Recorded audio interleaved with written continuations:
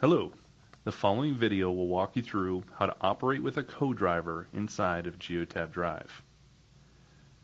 For full list of how to navigate Geotab Drive to go on duty and complete DVIRs, you'll want to use the driver overview video. This will simply be how to navigate the system with a co-driver.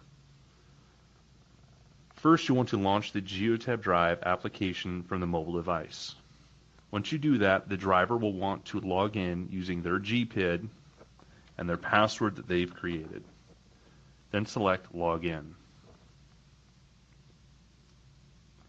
This will now prompt the driver to select a vehicle. Again, this is covered in the driver overview training. In this example, we're going to continue with F12345, so I'll select Continue. And in this example, I pulled trailer F23456 yesterday, so I'll continue with that trailer. Again, follow the driver overview training for a full comprehensive video on how to navigate the system. We'll always want to verify all of our logs every day. And here we will see if any of these logs pertain to us when we were driving the vehicle. Most of these logs are from when the vehicle is moved for yard moves, so we'll always want to skip. It prompts us to do DVIR. We will skip at this time because you're completing this process at the Chronos time clock. We are not at the vehicle, so we cannot complete a DVIR at this time, so we will skip. And it brings us to the main screen. Me as a driver, it'd be time for myself to put me on duty, not driving, and that starts my day. Now, when you have a co-driver, to add a co-driver to the system, they will use the same mobile device, and they'll navigate up to where your name is at the top.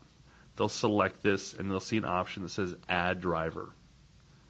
When they select Add Driver, it gives an area for their GPID. They will use that and their own password. They'll select Login. So now within the same device and the same application, both will be logged in and be able to navigate through the system. Here, once again, we are not going to claim these unassigned logs because as a co-driver, I did not drive the vehicle during any of these times, so I will skip. And now it brings me as a co-driver, we can see here at the top, to the same screen. I'm going to go into hours of service, and I'll put myself on duty, not driving. The difference here is you do not see a drive option like you see in the driver screen. This will now log my hours as a co-driver. My hours are kept track right over here, just like the same in the driver screen. Now, if we navigate to the top and click where co-driver or the name is, we can see the two drivers that are listed. Here's the driver named co-driver and the driver training. The steering wheel indicates where the hours of service logs generated by the vehicle will be attributed to. In this example, driver trainer is the physical driver of the vehicle, and co-driver is indeed the co-driver.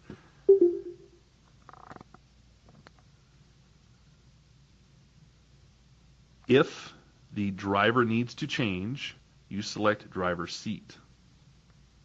And you can change the driver's seat to the other driver. And by doing that now, we can see co-driver has the drive option. Because of that, whenever the vehicle moves, we'll automatically move the co-driver now to driving and to on duty when the vehicle stops.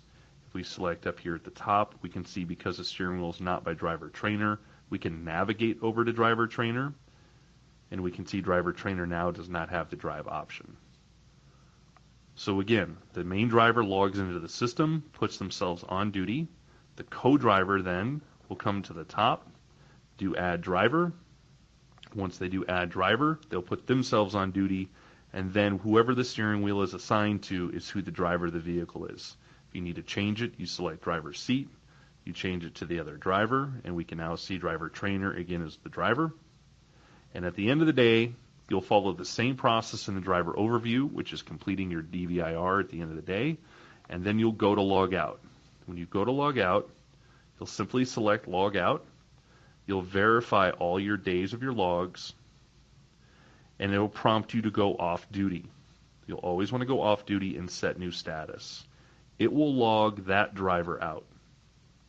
Once it logs out that driver, it'll bring you back to the original screen, And we can see now it lists us with just co-driver, and co-driver is the only one in the system. Now it's the same process for the co-driver. They would log out, verify all their logs, put themselves off duty and select Set New Status.